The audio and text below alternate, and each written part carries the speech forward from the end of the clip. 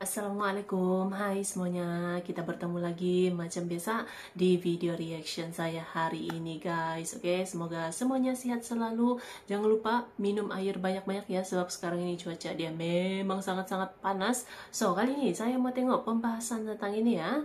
Pemimpin tertinggi Iran sebut Indonesia akan pimpin kejayaan Islam. Kenapa pemimpin tertinggi Iran ya menyebut Indonesia yang akan memimpin kejayaan Islam ini, oke? So, jangan lama-lama lagi, mari sama tengok video ini. Let's go!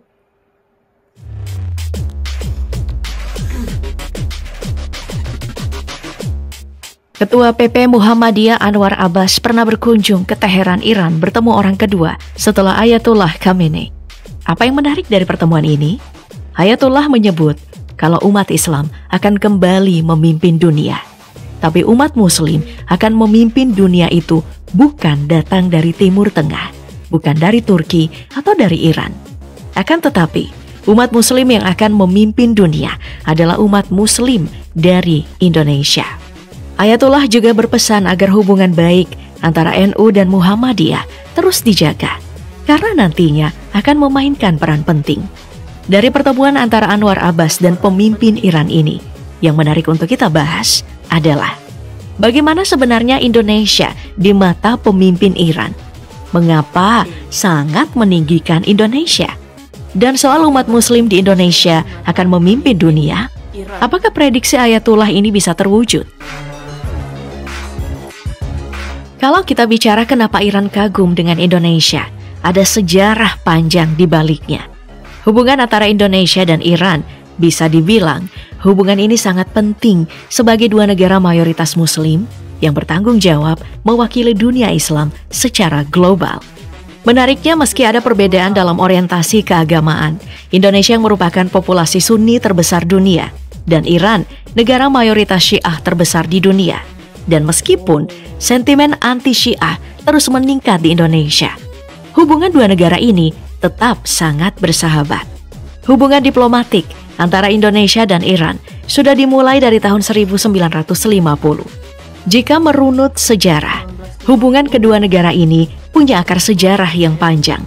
Masyarakat dari kedua negara sudah menjalin hubungan yang mendalam satu sama lain melalui perdagangan dan penyebaran agama Islam berabad-abad yang lalu.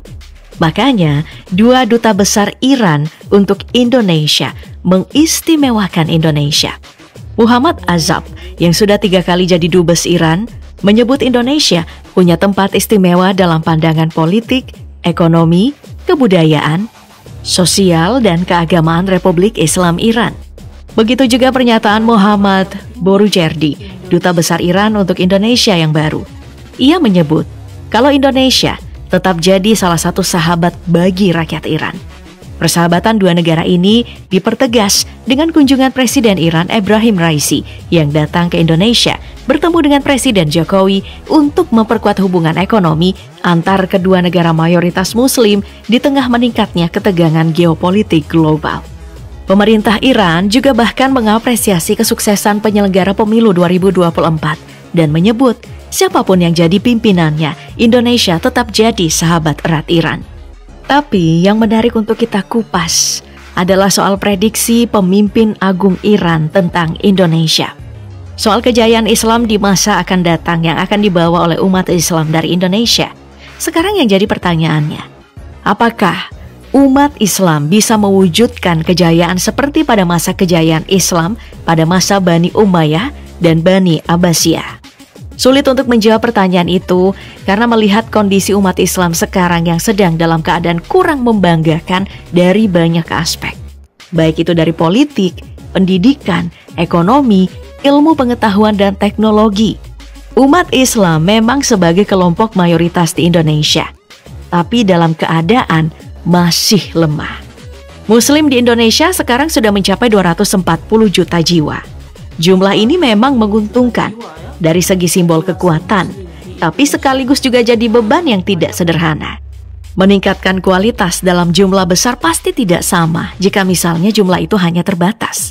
Tapi kalau kita menjawab pertanyaan, apa yang membuat pada masa Bani Umayyah dan Bani Abbasiyah bisa berjaya? Maka jawabannya konsisten dan keistiqomahan umat Muslim pada ajaran Islam. Ditambah, Islam menjadi satu-satunya agama di dunia yang punya jumlah pengikut dengan pertumbuhan yang lebih cepat dari populasi dunia. Dan pertumbuhan umat Islam paling pesat terjadi di Indonesia. Didukung dengan sebuah lembaga riset, PEW Research Center, yang mengeluarkan hasil penelitian terkait masa depan Islam yang akan jadi agama dengan jumlah pengikut terbesar di dunia. Dan faktor-faktor seperti mulai bertambahnya jumlah pengusaha muslim, ilmuwan muslim, dan organisasi Islam. Jadi bukan tidak mungkin kejayaan Islam bisa kembali. Dan Indonesia sebagai kelompok mayoritas muslim terbanyak bisa menjadi pemimpin umat muslim di masa depan. Indonesia bahkan bisa jadi kiblat pengetahuan dunia. Kuncinya ada pada persatuan di antara umat muslim bukan cuma di Indonesia, tapi di seluruh dunia. Hanya saja, kondisi umat muslim di Indonesia dan di seluruh dunia masih terpecah belah.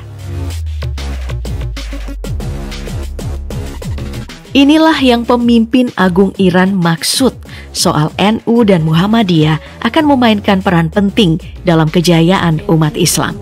Tapi mengapa NU dan Muhammadiyah? Untuk menjawab itu, penting untuk paham sejarah lahirnya dua organisasi besar ini. Seperti yang kita tahu, dua organisasi ini punya perbedaan pandangan yang mendasar. Tapi, meski punya perbedaan dalam beberapa pandangan dan pendekatan, Muhammadiyah dan NU punya persamaan yang signifikan dalam kontribusinya terhadap kemerdekaan Indonesia. Muhammadiyah dan NU tidak hanya fokus pada aspek keagamaan, tetapi juga memperhatikan pendidikan dan penerangan bagi masyarakat. Selama perjuangan kemerdekaan, Muhammadiyah dan NU juga turut aktif dalam mengumpulkan dana dan menyediakan logistik untuk pergerakan nasionalis. Muhammadiyah dan NU berperan penting dalam menyebarkan semangat patriotisme dan cinta tanah air di kalangan umatnya. Muhammadiyah dan Nahdlatul Ulama juga berperan dalam mediasi antara berbagai kelompok masyarakat untuk menjaga stabilitas serta persatuan. Data dan fakta yang ada menunjukkan bahwa organisasi Islam seperti Muhammadiyah dan NU bukan cuma menjadi sarana spiritual, tetapi juga menjadi pilar sosial, pendidikan, dan politik yang turut memajukan perjuangan kemerdekaan Indonesia. Lewat pendidikan, pengumpulan dana, penyebaran informasi, dan semangat patriotisme, organisasi Islam telah menjadi kekuatan yang berkontribusi dalam merealisasikan impian kemerdekaan bangsa. Nah, apa yang dilakukan NU dan Muhammadiyah jauh sebelum Indonesia merdeka juga dilakukan dinasti Bani Umayyah dan Abbasiyah saat akan meraih kejayaan Islam. Paling tidak dalam hal semangatnya. Melihat sejarah dan wajah masa kini dari NU dan Muhammadiyah, ini mungkin yang jadi alasan mengapa pemimpin agung Iran menyebut Muhammadiyah dan NU punya peran kunci.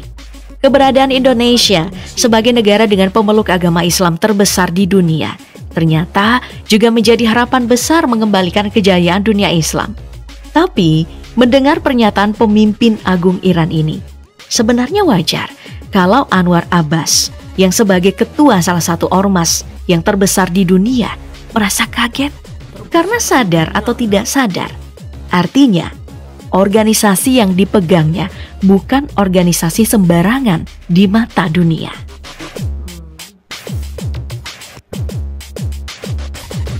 Pesan pemimpin agung Iran untuk dua organisasi ini adalah menjaga ukhuwah dan silaturahmi, karena Iran melihat Indonesia merupakan poros negara Muslim.